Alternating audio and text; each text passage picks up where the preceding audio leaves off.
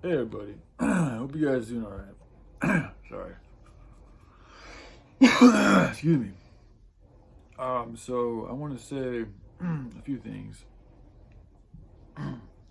First off, to John Shamanic. He's a fellow YouTuber, human being whom I've known for a few years on the internet. Of course, I mean I don't really know him, but I've had the privilege of watching his YouTube channel for the past couple of years, and I know he was associated with Zen to a pretty good degree, so he goes back to that whole collective, you could call it. So anyway, I saw that he made a video. I think it was, I didn't watch the video, but it was poodoo, which I looked it up, is actually another word, or I think it's a foreign word outside of the English language for deer. But a type of deer that actually has horns, which I didn't even know existed. And then of course, I made the video yesterday, showing you guys the hemp car that Henry Ford made out of hemp, and the license plate said deer born, and I talked about deer and this and that. So I'm assuming that he might have watched that video because I've heard him talk about how he enjoys technology, and that particular video with the hemp car was the one I did on 3D printing technology. So I could be off, but I find things are more connected than they're not. And so, first off, I want to say, thank you, John. Jean. I'm sorry if I mispronounced that. I've been mispronouncing words lately. Sorry. But thank you for making that video. From what I've seen from you, you've always seemed to be a very positive. I know we have a little bit of a difference on how we view energy and this reality here. That's fine, but I've always observed a good deal of positivity in your videos and a desire to help, for the most part, to uplift people and to teach them and to inspire them and to share what you've learned in this life. And you do it from the beauty and the passion of your heart. So I really love seeing that, and thank you for your service to mankind. And thank you for making a video addressing me. I don't know what the contents of the video were because I haven't watched it, and I don't think I'm going to watch it. And it's really just for one reason. The one reason, I mean, it goes back to joy. It does. That it feels almost like that's like the last little piece of my, my darkness, of my fear, of my id, of my lower self that I still have not yet totally dealt with.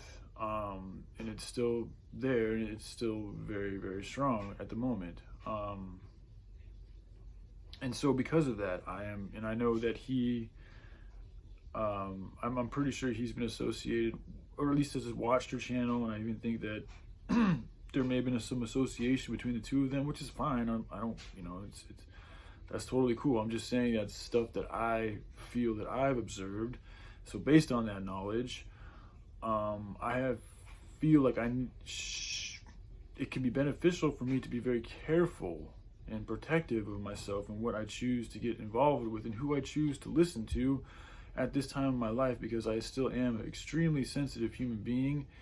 And although I've changed my ways in a lot of ways, and I seem to come off with a very exuberance, a lot of love and positivity, and I do have a lot of that, it's very sensitive, and it's still something very new and fresh, and therefore very fragile. It's like a vehicle you're still getting used to. Like, I don't know exactly how well this is going to go, so I'm taking it easy, I'm taking it slow, and I'm not going to rush things.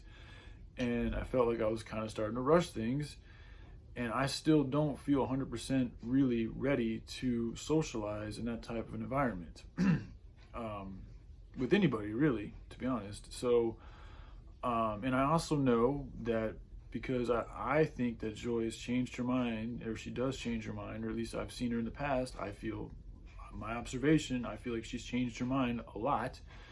And when she does that, I've found that a lot of times people, when they hear her change her mind, they'll take that change in her mind and they'll run with that, and then they'll come to me and they'll just throw all this force on me from that sudden change that she had. And then I'll get hit with this sudden force of change that she has right then, and that'll affect me in a very powerful way. And that can send me off into my own pit of hell, which isn't her fault, isn't anybody else's fault but my own. That's just how I've grown up responding to things, and it's not healthy, and I don't encourage it. I don't want to continue perpetuating it. But if I know that I still feel like I'm going to react that way, it could be said to be foolish for me to jump into those waters when I don't feel like I can really swim in those waters yet. I'm just being real. That's who it is. That's who I am right now. Yes, it is. There is some cowardness there. It is what it is, man. We all got things to work on. So I've had, my life is my life. I am what I am. So that's where I'm at. And it's also made me realize that I'm not ready, even though I have a desire to be with a woman and to have a wife and all these things. It's presumptuous. I mean, it's premature. I'm not ready yet. If I was really ready, I wouldn't be having all of these fears and anxieties and not ready to listen to somebody else talking when he's probably got nothing but good things to say. I could be wrong. He could be trying to tell me he's not even trying to say, even if he were to say things like, oh, Joy doesn't want anything to do with you, that's not even him saying anything bad. He's just relaying a message from her. But because I'm so sensitive right now, I don't even want to hear that. Like, if she doesn't want to be with me, that's okay. Like, I'm not even that. A part of me is very much longing for love, but another part of me is very much longing to finish this mission and to make sure I love myself first, and to hold on to that, because I know what happens when I try to love somebody else when I haven't loved myself. It doesn't work, and I'm still not totally there. So until I feel really confident in my ability in my ability to love myself and take care of myself, which means that I should be able to talk to anybody, and no matter what they say, I should be fine with not having to go get fucked up. If you really love yourself, that's what you should be able to do. And since I'm not totally confident in my ability to do that, and since I've come a long way away from doing that, but I'm still not totally there, I don't want to jump the gun, because that would really be acting out of my ego. And as I've already said that she can call or text me or communicate with me if she really wants to, and she has still chosen not to do so.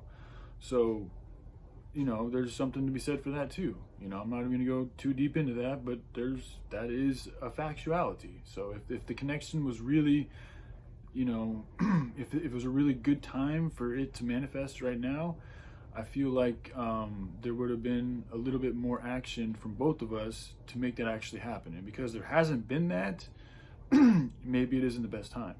That's all I'm saying. And trying to work on, healing myself and developing a relationship and saving the world, and then also perhaps getting a job and everything going on with my family and Little Bear, that is a lot for me to deal with. I'm just being real. It's a lot for anybody to deal with, especially somebody still recovering from doing drugs for 20 years and hard drugs 15 years. So you can't put too much on your shoulders. And again, you have to think about why you're putting these things on your shoulders. Are they really necessary? Are they really doing you any good? Is it really out of an intention for you to heal yourself and be healthy? Or are you trying to feed your ego and essentially feed your own will instead of God's will? Like, part of me is feeling like God doesn't want me to be concerned with my own, it is, man. The desire to be loved and to have a wife and all that is a very self-interest. It's a selfish thing. You want to be loved and you want love. That's the main thing. Wanting to fight for the kids and get the children fed, that is not selfish. That is something that's in accordance with God's will. And that is what humanity has lost touch with, is listening to God's will over their own will. We've put our own will above God's will. And that's why we're in the situation that we're in. So I want to try to turn my life around and give my life over to God and let His will lead me, and also trust in Him and know that He also wants me to have a wife. And He knows when it's the best time for me to have a wife. So if I put my trust in Him and let Him lead the way and give Jesus the wheel, then I know I'm going to be led the right way. So that's what I'm going to do. Even if me doing all this, He actually did want me to, His will make me see that eventually, inevitably, because I am putting my trust in Him. And sometimes it does take a few times to get burned and punched around and pushed around and to be shown what the right way to do is. So one way or another, I will be shown what I need to do. But from right now, from where I'm at and everything that I'm feeling and witnessed and been through, this is how I feel. So I just want to be real with you guys and share that with you guys. And again, say thank you to John for making the video.